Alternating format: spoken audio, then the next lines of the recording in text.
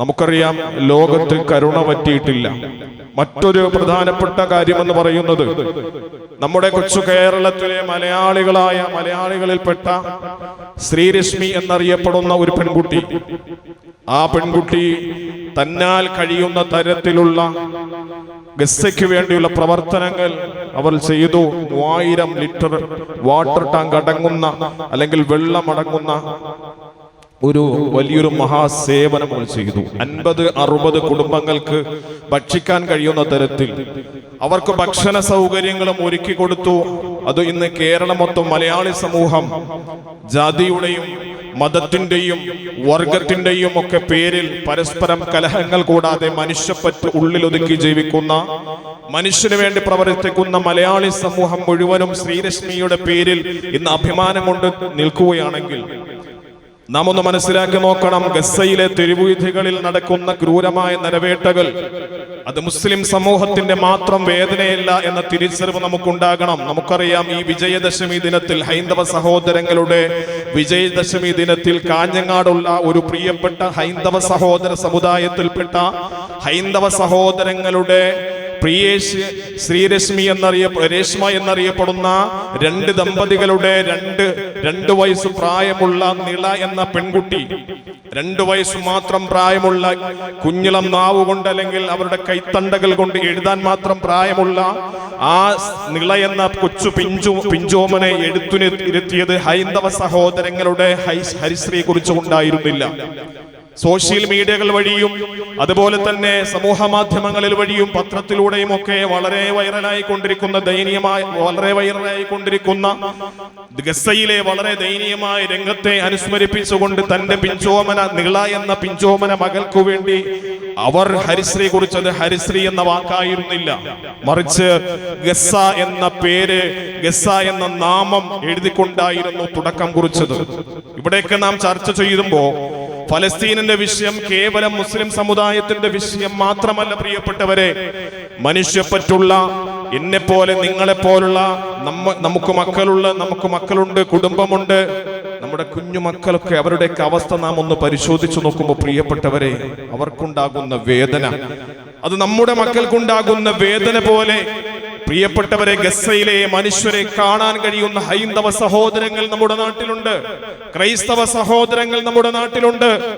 അതുപോലെ തന്നെ നാം ഒന്ന് ചിന്തിച്ചു നോക്കട്ടെ, അള്ളാഹുവിന്റെ ഹബീബായ നബി സല്ലല്ലാഹു അലൈഹി വസല്ലമ തങ്ങൾ പരിശുദ്ധമായ ഹദീസിലൂടെ നമ്മോട് പഠിപ്പിച്ചതുപോലെ ഇർഹമു മൻ ഫിൽ അർളി യർഹമുകും മൻ ഫിസ് സമാ, നിങ്ങൾ ഭൂമിയിലുള്ളവരോട് കാരുണ്യം കാണിക്കണം. അത് ജാതി നോക്കിയിട്ടല്ല, മതം നോക്കിയിട്ടല്ല. എന്റെ പ്രിയപ്പെട്ടവരെ, എന്റെ വിഷയം അതിലേക്ക് ഞാൻ അള്ളാഹുവിന്റെ ഹബീബിന്റെ തിരുസുന്നത്തിലേക്ക് കടക്കുകയാണ്. അതിനു മുമ്പ് സാന്ദർഭികമായി സൂചിപ്പിച്ചു, ഇങ്ങനെ ലോകത്ത് മനുഷ്യപ്പറ്റു പറ്റിയിട്ടില്ല എന്ന് തെളിയിക്കുന്ന സാർത്ഥവാഹക സംഘമായി സുമൂദ് ഫ്ലോട്ടില്ലയും അതുപോലെ ശ്രീരശ്മിയും അതുപോലെ പ്രയേഷ് രേഷ്മ ദമ്പതികളും നമ്മുടെ നാട്ടിലുള്ളപ്പോ പ്രിയപ്പെട്ടവരെ, നാം ഒന്ന് മനസ്സിലാക്കണം, ഇസ്രായേലിന്റെ ക്രൂരമായ നരാധമത്വത്തിന്റെ കീഴിൽ വാക്കും നാക്കും കൊണ്ട് ചലിപ്പിക്കാൻ കഴിയാത്തവർ, എഴുതാൻ കഴിയാത്തവർ, കണ്ണടച്ച് അല്ലെങ്കിൽ ആ ദുരന്തത്തിലേക്കൊന്ന് കണ്ണ് തുറന്ന് നോക്കാൻ കഴിയാത്തവർ നമ്മുടെ രാജ്യത്തുണ്ട്, പുറം ലോക രാജ്യങ്ങളിലുണ്ട്. അതൊരു ഭാഗത്ത് നിൽക്കട്ടെ. മറുഭാഗത്ത് ജാതിയുടെയും മതത്തിന്റെയും പേരിൽ ഒരു വിഭാഗം പരസ്പരം ഇന്ന് കലാപങ്ങൾ സൃഷ്ടിച്ചുകൊണ്ടിരിക്കുന്ന ഏറ്റവും ദുരിതപൂർണമായ അവസ്ഥ. ഐ ലവ് മുഹമ്മദ് സല്ലല്ലാഹു അലൈഹി വസല്ലം. ഓരോ വിശ്വാസിയും കൃത്യമായി മനസ്സിലാക്കേണ്ട ഐ ലവ് മുഹമ്മദ് സല്ലല്ലാഹു അലൈഹി വസല്ലം. ഇന്ന് നമ്മുടെ രാജ്യം മതേതരത്വ രാജ്യമാണ്. നമ്മുടെ രാജ്യം, ആ രാജ്യം ഇന്ന് ഐ ലവ് മുഹമ്മദ് സല്ലല്ലാഹു അലൈഹി വസല്ലം എന്നതിന്റെ പേരിൽ, അല്ലെങ്കിൽ എനിക്കിഷ്ടപ്പെട്ട മതം വിശ്വസിക്കാനും എനിക്കിഷ്ടപ്പെട്ട മതത്തിനെ കുറിച്ച് എഴുതാനും എനിക്കിഷ്ടപ്പെട്ട ആചാര്യനെ കുറിച്ച് സംസാരിക്കാനും എനിക്കിഷ്ടപ്പെട്ട രാഷ്ട്രീയ നേതാവിനെ സംബന്ധിച്ച് സംസാരിക്കാനും നമ്മുടെ രാജ്യം നമുക്ക് അവകാശം നൽകുമ്പോൾ, നമുക്കറിയാം അങ്ങകലെ UP-യിൽ യോഗി ആദിത്യനാഥ് ഭരിക്കുന്ന സംസ്ഥാനത്ത് ഐ ലവ് മുഹമ്മദ് സല്ലല്ലാഹു അലൈഹി വസല്ലം എന്ന ബാനർ തന്റെ വീടിന്റെ മുന്നിൽ ഉയർത്തതിന്റെ പേരിൽ കലാപം നടക്കുകയാണ് അവിടെ. അവിടെ വീടുകളിൽ ഇടിച്ചു നിരത്തപ്പെടുകയാണ്. അതിനുവേണ്ടി പ്രതിഷേധം നടത്തിയവരെ തല്ലി ചതയ്ക്കുന്ന രംഗമാണ് കാണാൻ കഴിയുന്നത്. അവരെ ജയിലറകളിലേക്ക് കൊണ്ടുപോയിട്ട് തള്ളിയിടുന്ന, ക്രൂരമായി മർദ്ദിക്കുന്ന രംഗമാണ് കാണാനുള്ളത്.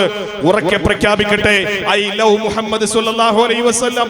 ജീവനും ജീവിതവും നഷ്ടപ്പെട്ടാലും ഒരു മുസൽമാന്റെ ഹൃദയത്തിൽ ചേർത്ത് വെച്ച നാമം അത് അല്ലാഹുവിന്റെ ഹബീബായ നബിയുന റസൂലുള്ളാഹി സ്വല്ലല്ലാഹു അലൈഹി വസല്ലം തങ്ങളുടെ നാമമാണ്. ഐ ലവ് മുഹമ്മദ് സ്വല്ലല്ലാഹു അലൈഹി വസല്ലം. അവിടെ ജീവൻ പ്രശ്നമല്ല, നമ്മുടെ കുടുംബം പ്രശ്നമല്ല, നമ്മുടെ സമ്പാദ്യം പ്രശ്നമല്ല. എന്ത് നഷ്ടപ്പെട്ടാലും ഒരു വിശ്വാസിയുടെ ജീവിതത്തിൽ അല്ലാഹുവിന്റെ ഹബീബായ നബി സല്ലല്ലാഹു അലൈഹി വസല്ലം തങ്ങളെ സംബന്ധിച്ച് ആ തങ്ങളെ മാറ്റി നിർത്തിക്കൊണ്ടുള്ള സംസാരവും ഒരു എഴുത്തും ഒരു വിശ്വാസിക്ക് ഒരിക്കലും സാധിക്കുകയില്ല. ഐ ലവ് മുഹമ്മദ് സ്വല്ലല്ലാഹു അലൈഹി വസല്ലം നമ്മുടെ ഹൃദയത്തേക്ക് ചേർത്ത് വെച്ച് പിടിക്കട്ടെ. നമ്മുടെ നാവ് കൊണ്ട് ഉച്ചസ്ഥലം പ്രഖ്യാപിക്കട്ടെ, നാം സ്നേഹിക്കുന്നത്, ഞാൻ സ്നേഹിക്കുന്നത് മറ്റാരേക്കാളും, എന്റെ ഉമ്മയെക്കാളും, എന്റെ ബാപ്പയെക്കാളും, എന്റെ സഹോദരങ്ങളെക്കാളും എനിക്ക് തുണ നൽകുന്ന, ഇണ നൽകുന്ന, അല്ലെങ്കിൽ എനിക്ക് കൂടെ എന്നോടൊപ്പം കൂടി ചേർന്നിരിക്കുന്ന എന്റെ ഇണകയെക്കാളും ഞാൻ ഏറ്റവും കൂടുതൽ സ്നേഹിക്കുന്നത് അങ്ങകലെ മദീന മുനവ്വറയിൽ അന്ത്യവിശ്രമം കൊള്ളുന്ന ഹബീബായ നബിയുനാ റസൂലുള്ളാഹി സ്വല്ലല്ലാഹു അലൈഹി വസല്ലം തങ്ങളാണ്. ഐ ലവ് മുഹമ്മദ് സ്വല്ലല്ലാഹു അലൈഹി വസല്ലം. അത് മാറ്റി നിർത്തിയിട്ട് വിശ്വാസിക്കൊന്നും കഴിയില്ല. എന്റെ പ്രിയപ്പെട്ടവരെ, വർഗീയ കോമരങ്ങൾ, വർഗീയ ജാതി പറയുന്നവർ, എന്റെ പ്രിയപ്പെട്ട സഹോദരങ്ങളൊന്നും മനസ്സിലാക്കി നോക്കട്ടെ. മുസ്ലിം സമുദായത്തിലെ ഏതെങ്കിലും ഒരു വ്യക്തിയോ, ഏതെങ്കിലും ഒരു സംഘടനയോ, ഏതെങ്കിലും ഒരു സമൂഹമോ ഇതര സമുദായത്തിലെ സഹോദരങ്ങളെയും അവരുടെ ആചാരങ്ങളെയും അവരുടെ ദൈവങ്ങളെയും കുറ്റപ്പെടുത്തിയിട്ടുണ്ടോ? ഐ ലവ് ജീസസ് എന്ന് ഏതെങ്കിലും ക്രൈസ്തവ സഹോദരങ്ങൾ പറഞ്ഞാലോ, ഐ ലവ് ഉണ്ണിക്കണ്ണൻ എന്ന് ഏതെങ്കിലും ഒരു ഹൈന്ദവ സഹോദരൻ പറഞ്ഞാലോ, ഇവിടെ ഏതെങ്കിലും മുസ്ലിം നാമധാരികളോ, മുസ്ലിം സഹോദരങ്ങളോ, മുസ്ലിം സംഘടനകളോ ഇവിടെ പ്രശ്നമുണ്ടാക്കാൻ നടക്കാറുണ്ടോ? ഇല്ല. കാരണം അല്ലാഹുവിന്റെ ഹബീബായ നബി സല്ലല്ലാഹു അലൈഹി വസല്ലം തങ്ങൾ പഠിപ്പിച്ച പരിശുദ്ധമായ പത്തൊരമാറ്റിന്റെ ദീൻ അത് മറ്റൊരു സമുദായത്തിനും പോറലേൽക്കാൻ പാടില്ല എന്ന പരിശുദ്ധമായ ഇസ്ലാമിന്റെ നിയമസംഹിതകളെ ഉൾക്കൊണ്ടുകൊണ്ടുള്ള കൃത്യമായ പാഠമാണ് ഒരു വിശ്വാസി പഠിച്ചിരിക്കുന്നത്. അതുകൊണ്ട് മാത്രമല്ല, മതേതര ഇന്ത്യയിൽ ജനാധിപത്യ മൂല്യങ്ങൾ അരക്കിട്ടുറപ്പിച്ചിരിക്കുന്ന രാജ്യത്ത് അത് വിശ്വാസിയെ സംബന്ധിച്ചിടത്തോളം, അത് ഏത് വിശ്വാസിയാണെങ്കിലും അവന്റെ വിശ്വാസം അനുസരിച്ച് ജീവിക്കാൻ നമ്മുടെ രാജ്യം നമുക്ക് അവകാശം നൽകുന്നുണ്ട്. അതുകൊണ്ട് മുസ്ലിം സമുദായത്തിൽ ഉറക്കെ പ്രഖ്യാപിക്കാം. കാരണം ആ പ്രഖ്യാപനം അത് വാക്കുകളിലും നാക്കുകളിലും മാത്രം ഒതുങ്ങുന്നതല്ല, ഹൃദയത്തിലേക്ക് ചേർത്ത് പിടിപ്പിക്കപ്പെട്ട സംസ്കാരമാണ്. അല്ലാഹുവിന്റെ ഹബീബായ നബി സല്ലല്ലാഹു അലൈഹി വസല്ലം, ഐ ലവ് മുഹമ്മദ് സല്ലല്ലാഹു അലൈഹി വസല്ലം. നമ്മുടെ മക്കളെ പറഞ്ഞു പഠിപ്പിക്കട്ടെ, മറ്റാരേക്കാളും നാം ചേർത്ത് പിടിക്കേണ്ട സംസ്കാരം ഐ ലവ് മുഹമ്മദ് സല്ലല്ലാഹു അലൈഹി വസല്ലം. അല്ലാഹുവിന്റെ ഹബീബായ നബി സല്ലല്ലാഹു അലൈഹി വസല്ലം തങ്ങൾ പഠിപ്പിച്ചു, അൽ ഈമാൻ ബിദ്ഉ വസബഊന ശുഅബ. പരിശുദ്ധമായ ഈമാനിന് 70 സിൽവാനം ശാഖകളുണ്ട്. 70 സിൽവാനം ശാഖകളുണ്ട്. ഫഅഫ്ളലുഹാ, ആ 70 സിൽവാനം ശാഖകളിൽ ഏറ്റവും സമുന്നതമായി നിൽക്കുന്ന ശാഖ എന്ന് പറയുന്നത് അത് ലാ ഇലാഹ ഇല്ലല്ലാഹ് എന്ന കലിമത്തിന്റെ തൗഹീദിന്റെ വചനമാണ്. ആരാധനയ്ക്ക് അർഹൻ അല്ലാഹു അല്ലാതെ മറ്റാരുമില്ലെന്ന് ഞാൻ സാക്ഷ്യം വഹിക്കുന്നു, അല്ലെങ്കിൽ ആ ലാ ഇലാഹ ഇല്ലല്ലാഹ് ആരാധനയ്ക്ക് അർഹൻ മറ്റാരുമില്ല എന്ന പരിപൂർണമായി ഉറച്ച ഈമാൻ. എന്റെ ശ്വാസവും എന്റെ ഉച്ഛ്വാസവും എന്റെ അന്നവും എന്റെ പാനവും എന്റെ ജീവിതത്തിലെ സർവ്വവിധ വിഭവങ്ങളും എന്റെ ജീവനും എന്റെ ജീവിതവും ഒക്കെ നൽകിയത് ആ സിത്താവായ റബ്ബുൽ ആലമീനായ അല്ലാഹുവാണ്. അല്ലാഹുവിനെ അടിയുറച്ചുകൊണ്ടുള്ള ഒരു വിശ്വാസം, അത് ലാ ഇലാഹ ഇല്ലല്ലാഹ്, അത് ഈമാനിന്റെ ഏറ്റവും ടോപ്പിൽ നിൽക്കുന്നതാണ്. റസൂലുള്ളാഹി തങ്ങൾ ഓരോന്ന് വിശദീകരിച്ച അവസാനം റസൂലുള്ളാഹി തങ്ങൾ പറഞ്ഞു, വഅദ്നാഹാ, ആ ഈമാനിന്റെ ശാഖകളിൽ ഏറ്റവും അവസാനം നിൽക്കുന്ന ശാഖ എന്ന് പറയുന്നത് വഴിയിലുള്ള ഒരു തടസ്സത്തെ ഒരു ജനതൽ മുസ്ലിം എന്നല്ല, അത് ഹൈന്ദവനെന്നല്ല, മതമുള്ളവനെന്നല്ല, മതമില്ലാത്തവനെന്നല്ല, ഏതൊരു മനുഷ്യനും മാർഗതടസ്സം സൃഷ്ടിക്കുന്ന കൃത്യമായ ഒരു മാർഗതടസ്സം അവന്റെ റോഡിലോ അവന്റെ വഴിവക്കിലോ ഉണ്ട് എങ്കിൽ അത് കൃത്യമായി നീക്കം ചെയ്യുക എന്നുള്ളത് അതൊരു വിശ്വാസിയുടെ ഈമാനിന്റെ ഭാഗമാണെന്ന് പഠിപ്പിച്ച പരിശുദ്ധമായ ഇസ്ലാമിന്റെ സംസ്കാരം. ആ സംസ്കാരം പഠിച്ചവരാണ് പ്രിയപ്പെട്ട യോഗി ആദിത്യനാഥിനോട് പറയാനുള്ളത്. ഈ മുസ്ലിം ഉമ്മത്ത് എന്ന് പറയുന്നത്, ഈ മുസ്ലിം ഉമ്മത്ത് എന്ന് പറയുന്നത് ഒരു നമസ്കാരം കൊണ്ട് വടക്കേ ഇന്ത്യയിൽ നടക്കുന്ന നമസ്കാരമാകട്ടെ ഒരു വാഹനത്തിനോ ഒരു ജനവിഭാഗത്തിനോ ഒരാൾക്ക് പോലും തടസ്സമില്ലാതെ കൃത്യമായി അനുസരണയോടുകൂടി നമസ്കരിക്കുന്ന നമസ്കാരത്തിന്റെ പേരിൽ ഹൈന്ദവ സഹോദരങ്ങളും ഹൈന്ദവ മതത്തിൽ നിന്നും നിങ്ങൾ അച്ചടക്കം പഠിക്കേണ്ടവരാണ് എന്ന് യോഗി ആദിത്യനാഥിന്റെ ആ പ്രസ്താവനയുണ്ടല്ലോ. ഞാനൊന്ന് ചോദിക്കട്ടെ പ്രിയപ്പെട്ടവരെ, ഇപ്പോ കഴിഞ്ഞ തൊട്ടുടനെയായിട്ട് ഹോളി ആഘോഷം നടന്നു. യുപിയിൽ അടക്കമുള്ള എത്രയോ സംസ്ഥാനങ്ങളിൽ അത് ജാതിയോ മതമോ ഇല്ലാത്ത രീതിയിൽ മനുഷ്യരെ അടിച്ചുകൊല്ലുന്ന ആഘോഷങ്ങളായി മാറുമ്പോൾ ഇപ്പൊ തന്നെ നിങ്ങൾക്കറിയാം, ഒരു ലൈബ്രറിയിൽ പരീക്ഷയ്ക്ക് വേണ്ടി പഠിച്ചുകൊണ്ടിരുന്ന ഒരു ഹൈന്ദവനായ സഹോദരനെയാണ് ഹോളി ആഘോഷത്തിൽ പങ്കെടുക്കാത്തതിന്റെ പേരിൽ യോഗി ആദിത്യനാഥിന്റെ അനുയായികൾ അടിച്ചുകൊന്നതെങ്കിൽ പ്രിയപ്പെട്ടവരെ, ഇതെന്ത് സംസ്കാരമാണ്? ഈ സംസ്കാരമാണോ മുസ്ലിം ഉമ്മത്ത് പഠിക്കാനുള്ളത്? ഈ സംസ്കാരമാണോ മുസ്ലിം ഉമ്മത്ത് പഠിക്കാനുള്ളത്? എന്റെ പ്രിയപ്പെട്ട സഹോദരങ്ങൾ ചോദിച്ചു പോകും, എന്തിനാ ഉസ്താദേ പള്ളിക്കകത്ത് രാഷ്ട്രീയം പറയുന്നത് എന്ന്. ഈ അടുത്ത സമയത്ത് കഴിഞ്ഞ ചെറിയ പെരുന്നാളിന് 2 ദിവസങ്ങൾക്ക് മുമ്പ് ഒരു പള്ളിയിൽ ഒരു ഇമാമ് തന്റെ വർത്തമാനകാല സാഹചര്യം സൂചിപ്പിച്ചപ്പോൾ ഒരു മനുഷ്യൻ എഴുന്നേറ്റ് പറഞ്ഞു, ഉസ്താദെ പള്ളിയിൽ രാഷ്ട്രീയം പറയാനുള്ളതാണോ എന്ന്. അങ്ങനെ ചോദിക്കുന്ന ഒരു കാലഘട്ടമാണ്. ചോദിച്ചാലും പ്രശ്നമല്ല, ചോദിച്ചില്ലെങ്കിലും പ്രശ്നമല്ല. നട്ടലോടുകൂടി ദീൻ പറയാനുള്ള അവസരം പള്ളിയിൽ മിമ്പറും മിഹ്റാബുമാണെന്ന ധാരണയോടുകൂടി തന്നെ ഞാൻ പറയട്ടെ പ്രിയപ്പെട്ട സഹോദരങ്ങളെ, വർത്തമാനകാല ഇന്ത്യ വളരെ ദാരുണമായ, ദയനീയമായ, ക്രൂരമായ മുഖങ്ങളോടുകൂടി കടന്നുപോയിക്കൊണ്ടിരിക്കുന്ന സാഹചര്യത്തിലാണ് ഞാനും നിങ്ങളുമൊക്കെ ഈ പള്ളിയിൽ കാരാളിമുക്ക് പള്ളിക്കകത്ത് ജുമയ്ക്ക് വേണ്ടി ഒരുമിച്ചിരിക്കുന്നത്. ഒരു സന്ദർഭത്തിൽ നമ്മുടെ പള്ളിയുടെ അടിയാധാരവും ആധാരവും ഒക്കെ തേടിക്കൊണ്ട് ഏതെങ്കിലും ഓഫീസുകളിലോ ഏതെങ്കിലും സർക്കാർ ഉദ്യോഗസ്ഥരുടെ മുന്നിലോ ഏതെങ്കിലും വഖഫിന്റെ നിയമങ്ങളായി നിശ്ചയിക്കപ്പെടുന്ന ഏതെങ്കിലും ഓഫീസുകാരുടെ മുന്നിലൊക്കെ ഇതിന്റെ ആധാരങ്ങളും കൊണ്ട് പോയിട്ട് നമ്മുടെ നമസ്കാരത്തിന് വേണ്ടി ഏതെങ്കിലും ഒരു സമയത്ത് നമുക്ക് ലഹോർ നമസ്കാരത്തിന് വേണ്ടി ഒന്ന് പള്ളി തുറന്നു തരോ എന്ന് ചോദിക്കേണ്ട ഒരു സാഹചര്യത്തിലേക്ക് നമ്മുടെ രാജ്യം എത്തപ്പെട്ടുകൊണ്ടിരിക്കുമ്പോൾ പ്രിയപ്പെട്ടവരെ, ഗൗരവമുള്ള വിഷയമാണ്. ഞാനും നിങ്ങളുമൊക്കെ ഒരുപക്ഷെ ഉറങ്ങുന്നുണ്ടാകും. ഇനിയും ഉണർന്നിട്ടില്ല എങ്കിൽ നമ്മുടെ രാജ്യത്തിന്റെ ഗതി, മുസ്ലിം സമുദായത്തിന്റെ ഗതി, മുസ്ലിം മദ്രസകളുടെ ഗതി, മുസ്ലിം പള്ളികളുടെ ഗതി, മുസ്ലിം സ്ഥാപനങ്ങളുടെ ഗതി, മുസ്ലിം നാമങ്ങളുടെ ഗതി, മുസ്ലിം റോഡുകളുടെ ഗതി പ്രിയപ്പെട്ടവരെ വളരെ ഗൗരവമുള്ള വിഷയമായി മനസ്സിലാക്കിയിട്ടില്ല എങ്കിൽ നമ്മുടെ കൈവശം നമ്മുടെ സ്വത്തുക്കളായിട്ട് പരിശുദ്ധമായ ദീനുൽ ഇസ്ലാമിന്റെ സംസ്കാരമായിട്ട് നമ്മുടെ മുന്നിലുള്ളത് അള്ളാഹുവിന്റെ ഭൂമികളൊക്കെ നഷ്ടപ്പെട്ടു പോകുന്ന ഒരു സാഹചര്യം നമുക്കുണ്ടാകും. അല്ലാഹു തആല കാത്തുരക്ഷിക്കുമാറാകട്ടെ. അതുകൊണ്ട് പ്രിയപ്പെട്ടവരെ, പരിശുദ്ധമായ ദീനുൽ ഇസ്ലാം പഠിപ്പിച്ചതുപോലെ ഇമാതത്തുൽ അദാ അനി ത്വരീഖ്, ഏ മുസ്ലിമേ, നിന്റെ വഴിയിലൂടെ നീ കടന്നു പോകുന്ന നിന്റെ വഴിയിലൂടെ, അത് മുസ്ലിമിന്റെ വഴിയാകട്ടെ, മുസ്ലിം നടന്നു പോകുന്ന അല്ലെങ്കിൽ മുസ്ലിം ഭൂരിപക്ഷ പ്രദേശമുള്ള ഒരു റോഡാകട്ടെ, ഒരു വഴിയാകട്ടെ, അല്ലെങ്കിൽ ഹൈന്ദവ സഹോദരങ്ങൾ നടന്നു പോകുന്നവരാകട്ടെ, മതമുള്ളവരാകട്ടെ, മതമില്ലാത്തവരാകട്ടെ, ഏതൊരു ഒരു മനുഷ്യൻ നടന്നു പോകുന്ന വഴിയിലൂടെ ആ മനുഷ്യന് മാർഗദർശനം സൃഷ്ടിക്കുന്ന എന്തെങ്കിലുമൊക്കെ ഉണ്ട് എങ്കിൽ ആ മാർഗദർശനം മാറ്റിയിട്ട് അത് പോകൽ, അത് നിന്റെ ഈമാനിന്റെ ഭാഗമാണെന്ന് പഠിപ്പിക്കപ്പെട്ട ഒരു സംസ്കാരം. പ്രിയപ്പെട്ടവരെ, റോഡ് വഴിവക്കിലൂടെ സാന്ദർഭികമായി സൂചിപ്പിക്കാൻ ആഗ്രഹിക്കുന്നു, മാംസത്തിന്റെ അവശിഷ്ടങ്ങളൊക്കെ ഇട്ടിട്ട് കടന്നു കളയുന്ന എത്രയോ വില്ലന്മാർ നമ്മുടെ സമുദായത്തിലും സമൂഹത്തിലും നമ്മുടെ പൊതുജനങ്ങൾക്കിടയിലും ഉണ്ടാകും. അറവുശാലയിലെ മാലിന്യങ്ങൾ റോഡ് വക്കിലൂടെ തള്ളിയിട്ട് പോകുന്നവരെ, പ്രിയപ്പെട്ടവരെ, നിങ്ങളൊന്ന് മനസ്സിലാക്കണം, അതിന്റെ ഗൗരവം വലിപ്പമുള്ളതാണ്.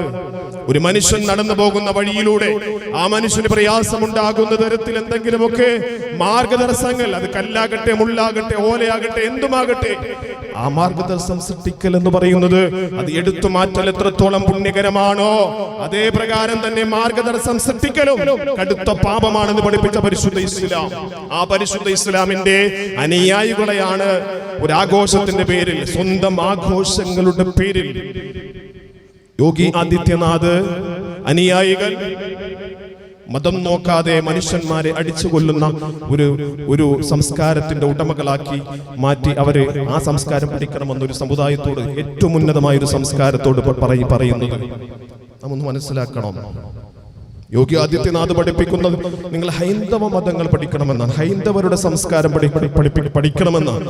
പ്രിയപ്പെട്ടവരെ, നമ്മുടെ കാരാളിമുക്കിൽ തന്നെ എത്രയോ ഹൈന്ദവ സഹോദരങ്ങളുണ്ട്, നമ്മുടെ കേരളത്തിൽ എത്രയോ ഹൈന്ദവ സഹോദരങ്ങളുണ്ട്, നമ്മുടെ രാജ്യത്തിൽ എത്രയോ ഹൈന്ദവ സഹോദരങ്ങളുണ്ട്. ഈദുൽ ഫിത്തറിന്റെ ആഘോഷത്തിൽ ജയ്പൂരിൽ നിങ്ങൾ ഒരു വാർത്ത വായിച്ചു കാണും.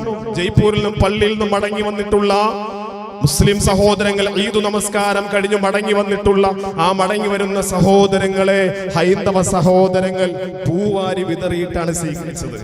അതുപോലുള്ള എത്രയോ നല്ല ഹൈന്ദവ സഹോദരങ്ങളുള്ള നാടാണ് നമ്മുടെ നാട്.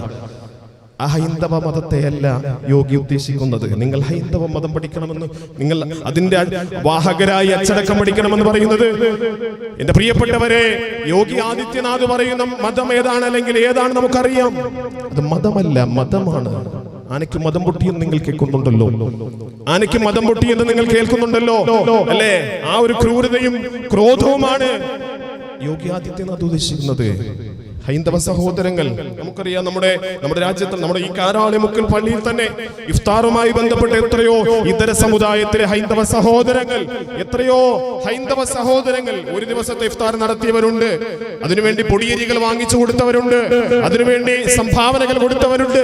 എത്രയോ മഹനീയമായ മാതൃകയാണ് നമ്മുടെ രാജ്യം, എത്രയോ മഹനീയമായ മാതൃകയാണ്. ഈ മാതൃകയെ തല്ലി തകർത്തിട്ട് ഏകാധിപത്യ ചക്രവർത്തിയെ പോലെ വാണുള്ളാൻ വേണ്ടി കാത്തിരിക്കുകയാണ് യോഗി ആദിത്യനാഥും നമ്മുടെ കേന്ദ്രം ഭരിച്ചുകൊണ്ടിരിക്കുന്ന അമിത്ഷാ അടക്കമുള്ളവരും. എത്രയോ നോമ്പിന്റെ സമയങ്ങളിൽ, പരിശുദ്ധമായ റമദാനിൽ, ഈ റമദാനിലും റോമൻ മുസ്ലിമീങ്ങളുടെ നോമ്പിനെ ഐക്യദാർഢ്യം പ്രഖ്യാപിച്ചുകൊണ്ട് പകലിൽ നോമ്പനുഷ്ഠിച്ച അല്ലെങ്കിൽ വ്രതമനുഷ്ഠിച്ച എത്രയോ ഹൈന്ദവ സഹോദരങ്ങളെ നമ്മുടെ നാട്ടിൽ കാണാൻ കഴിയും. അപ്പൊ നമ്മുടെ നാട് മനോഹരമായ നാടാണ്, നമ്മുടെ രാജ്യം മനോഹരമായ രാജ്യമാണ്. വിവിധ പുഷ്പങ്ങളും പൂക്കളും ജാതിയുടെയും മതത്തിന്റെയും വ്യത്യസ്തമായ സംസ്കാരങ്ങളുടെയും ഒക്കെ പുഷ്പങ്ങൾ, ഇങ്ങനെ മനോഹരമായ പൂക്കൾ വിടർന്നിട്ട് പലവിധത്തിലുള്ള സുഗന്ധങ്ങൾ പരിമളം പരത്തുന്ന ഹൈന്ദവ ദർശനങ്ങൾ, എത്രയോ നല്ല ദർശനങ്ങളാ ഹൈന്ദവ ദർശനങ്ങൾ. നമുക്കറിയാം, ഇണക്കുരുവിയിൽ നിന്നും ഒന്നിനെ വേട്ടയാടാൻ വേണ്ടി വേടൻ തന്റെ അമ്പുയർത്തിയപ്പോൾ ആ വേടനെ നോക്കിയിട്ട് പറഞ്ഞു, മാനിഷാദ, അരുത് കാട്ടാള, അരുത് എന്ന് പറഞ്ഞൊരു സംസ്കാരം നമ്മുടെ രാജ്യത്തുണ്ടായിരുന്നു. പക്ഷേ ഇന്ന് മനുഷ്യന്റെ തലയിൽ ഊരുമൊന്നുമില്ല. റമദാൻ മാസം ഇടയത്താഴ സമയത്ത്, ഇഫ്താറിന് ഇടയത്താഴ സമയത്ത് അത്താഴത്തിനു വേണ്ടി, ഭക്ഷണത്തിനു വേണ്ടി വഴിയിൽ കാത്തുനിന്ന സഹോദരങ്ങളെ വെടിവെച്ച് വെടിവെച്ച് കൊല്ലാൻ വേണ്ടി പഠിക്കാത്തൊരു കാലഘട്ടം നമ്മുടെ രാജ്യം. തന്റെ ആഘോഷത്തിൽ, തന്റെ മതത്തിന്റെ ആഘോഷത്തിൽ പങ്കെടുക്കാൻ മടി കാണിച്ചതിന്റെ പേരിൽ സ്വന്തം സമുദായത്തിലെ ഹൈന്ദവ സഹോദരനെ ക്രൂരമായി കൊന്ന രാജ്യം. അതാണോ യോഗി ആദിത്യനാഥിന്റെ സംസ്കാരം? അതാണോ ഹൈന്ദവ ദർശനങ്ങളുടെ സംസ്കാരം? അല്ല പ്രിയപ്പെട്ടവരെ, രണ്ടും രണ്ടാണ്. ഹൈന്ദവ ദർശനങ്ങൾ പഠിപ്പിക്കുന്നത് സമാധാനമാണ്, ശാന്തിയാണ്. എത്രയോ പേര് പരിശുദ്ധമായ പള്ളിയിൽ നിന്ന് ബാങ്ക് വിളിക്കുമ്പോൾ ആ ഹൈന്ദവ മതത്തിലെ സഹോദരങ്ങൾ പറയാറുണ്ട്, എന്ത് ആത്മശാന്തിയാണ്. ഞാൻ രാവിലെ ബാങ്ക് കേട്ടിട്ടാണ് എന്റെ കട തുറക്കാൻ വേണ്ടി ഞാൻ എഴുന്നേൽക്കുന്നത്. ഞാൻ രാവിലെ ബാങ്ക് കേട്ടിട്ടാണ് എന്റെ ജോലിക്ക് വേണ്ടി ഞാൻ ഇറങ്ങിത്തിരിക്കുന്നത്. എത്രയോ സംസ്കാര സമ്പന്നമായ നാടാണ് പ്രിയപ്പെട്ടവരെ നമ്മുടെ രാജ്യം. പക്ഷേ വർത്തമാനകാല ഇന്ത്യ സഞ്ചരിച്ചു കൊണ്ടിരിക്കുന്നത് ഏറ്റവും ദാരുണമായ അപകടകരമായ ഒരവസ്ഥയിലേക്കാണ് എന്ന കാര്യം 2 ദിവസങ്ങൾ ഉള്ള വാർത്തകൾ കാണുമ്പോൾ നിങ്ങൾക്കറിയാൻ കഴിയും. വഖഫുമായി ബന്ധപ്പെട്ട നമ്മുടെ രാജ്യത്തിന്റെ ഏറ്റവും ഗൗരവമുള്ള വിഷയം അത് ചുട്ടെടുത്തു കഴിഞ്ഞു. അത് പാർലമെന്റിലും അതുപോലെ ലോക്സഭയിലും പിന്നെ അതുപോലെ തന്നെ രാജ്യസഭയിലും ഒക്കെ ചുട്ടെടുത്തു കഴിഞ്ഞു. ഇനി രാഷ്ട്രപതിയുടെ ഒപ്പും അതുപോലെ തന്നെ ബാക്കിയുള്ള സംവിധാനങ്ങൾ മാത്രം മതി, നിയമമാക്കി കഴിഞ്ഞു. അതിന്റെ പിന്നാമ്പുറം നമുക്ക് പരിശോധിച്ച് നോക്കുമ്പോ കാരാളിമുക്ക് മുസ്ലിം ജമാഅത്തിലോ അല്ലെങ്കിൽ പള്ളിശ്ശേരിക്കലോ ശാസ്താംകോട്ടയോ ഏതുമാകട്ടെ ഒരാൾ പരാതി കൊടുക്കുന്നു, കാരാളിമുക്ക് മുസ്ലിം ജമാഅത്ത് പള്ളി എന്റെ അച്ഛന്റെ വകയായിരുന്നു.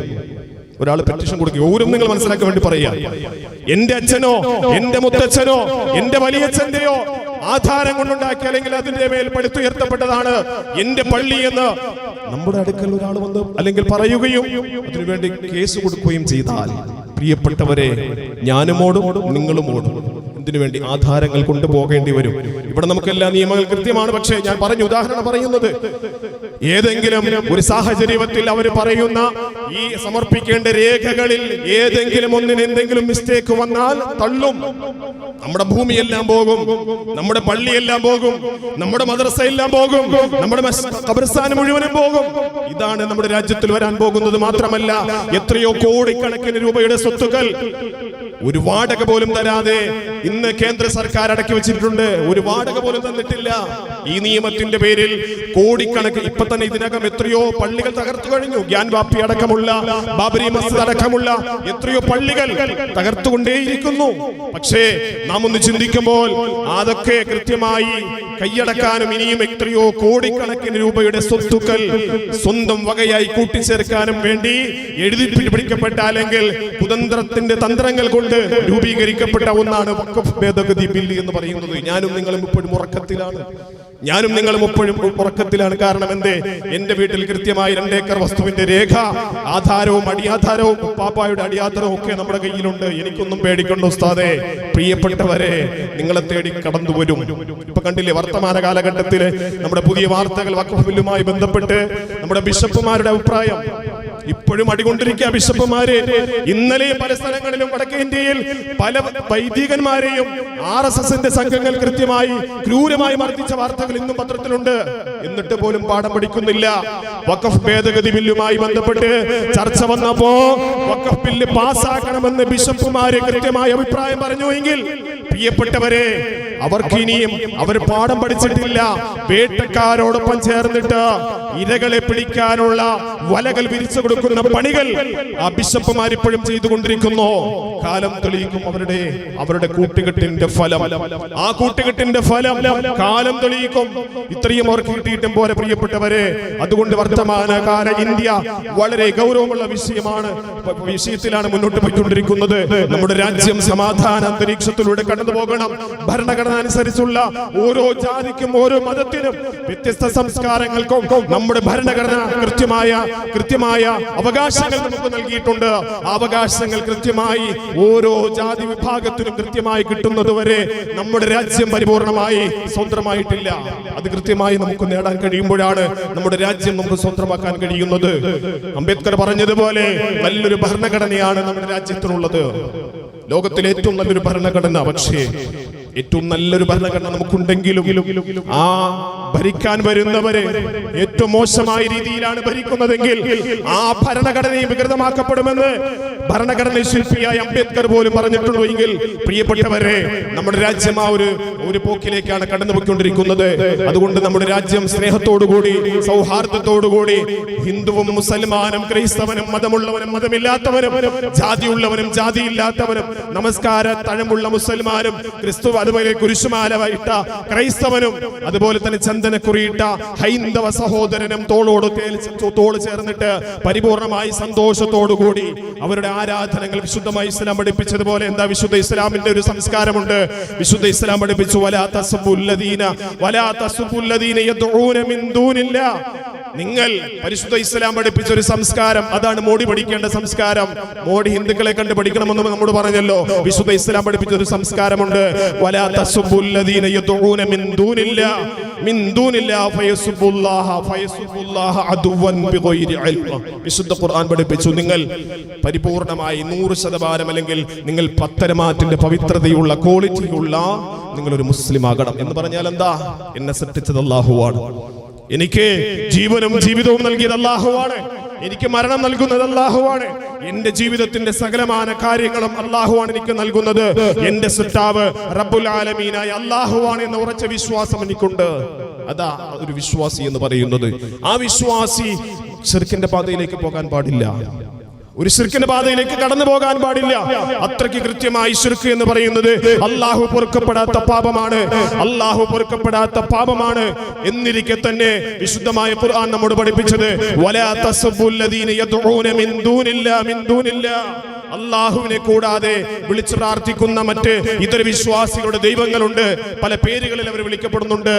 ആ വിശ്വാസി സമൂഹത്തിന്റെ ഇതര സമുദായത്തിന്റെ ദൈവങ്ങളെ നിങ്ങൾ ചീത്ത വിളിക്കരുതേ. വിശുദ്ധ ഖുർആന്റെ ആഹ്വാനം. ചീത്ത വിളിക്കുന്നവൻ മുസ്ലിം അല്ല എന്നർത്ഥം. വിശുദ്ധ ഖുർആൻ പച്ചയായി നമ്മോട് പറഞ്ഞു, നിങ്ങൾ ഹൈന്ദവ സഹോദരന്റെയോ ക്രൈസ്തവ സഹോദരന്റെയോ മതമുള്ളവരെ മറ്റേതെങ്കിലും സംസ്കാരത്തിന്റെയോ ഒക്കെ ദൈവങ്ങളെ നിങ്ങൾ വിളിക്കരുതേ. നിങ്ങൾ 5 നേരം നമസ്കരിക്കുന്ന മനുഷ്യനാകാം, നോമ്പനുഷ്ഠിക്കുന്ന മനുഷ്യനാകാം, സക്കാത്ത് കൊടുക്കുന്ന മനുഷ്യനാകാം. പക്ഷേ നിങ്ങൾ പരിപൂർണമായ ഒരു വിശ്വാസിയായി നിങ്ങൾ മാറണമെങ്കിൽ നിങ്ങളുടെ അല്ലാഹുവിനെ നിങ്ങൾ കൃത്യമായി ഇബാദത്ത് ചെയ്യുകയും അതോടൊപ്പം മറ്റുള്ളവരെ ആരാധിക്കുകയല്ല, ആദരിക്കുകയും ചെയ്യണം. മറ്റുള്ളവരെ ആരാധിക്കുകയല്ല, ആദരിക്കണം. നിങ്ങൾ ആ സമൂഹത്തിനോട് നിങ്ങൾ ബഹുമാനം കാണിക്കണം. ആ ദൈവങ്ങളെ നിങ്ങൾ ചീത്ത വിളിക്കാൻ പാടില്ല. പ്രിയപ്പെട്ട യോഗി ആദിത്യനാഥിനോട് പറയാനുള്ളത്, ഈ സംസ്കാരമാണ് വിശുദ്ധ ഇസ്ലാമിന്റെ സംസ്കാരം. ഈ സംസ്കാരമാണ് നിങ്ങൾ പഠിക്കേണ്ടത് എന്ന് എനിക്ക് പറയാനുള്ളത്. കാരണം എന്തേ? വിശുദ്ധ ഖുർആൻ നമ്മോട് പഠിപ്പിച്ചത് അങ്ങനെയാണ്. കാരണം എന്തേ? നാം അല്ലാഹുവിനെ കൂടാതെ മറ്റ് അവരുടെ ഇതര വിശ്വാസികളുടെ ആരാധന മൂർത്തികളെയോ ദൈവങ്ങളെയോ നാം ചീത്ത വിളിച്ചു കഴിഞ്ഞാൽ അറിവില്ലാത്തതിന്റെ പേരിൽ നമ്മുടെ സത്താവായ അല്ലാഹുവിനെ അവർ ചീത്ത വിളിക്കും, അസഭ്യം പറയും, മോശമായ വാക്കു പറയും. അതുകൊണ്ട് അതിന് കാരണക്കാർ നാം ആകരുത്. വിശുദ്ധ ഖുർആൻ നമ്മോട് പഠിപ്പിച്ചു. അല്ലാഹു തലത്തരത്തിൽ നമ്മെ നന്മയുടെ വക്താക്കളായി അല്ലാഹു സ്വീകരിക്കുമാറാകട്ടെ. സഹോദര്യവും സ്നേഹവും കളിയാടുന്ന രാജ്യത്തിന്റെ മനോഹരമായ ഒരു സ്വാതന്ത്ര്യം അല്ലാഹു തആല നമുക്ക് നൽകി അനുഗ്രഹിക്കുമാറാകട്ടെ.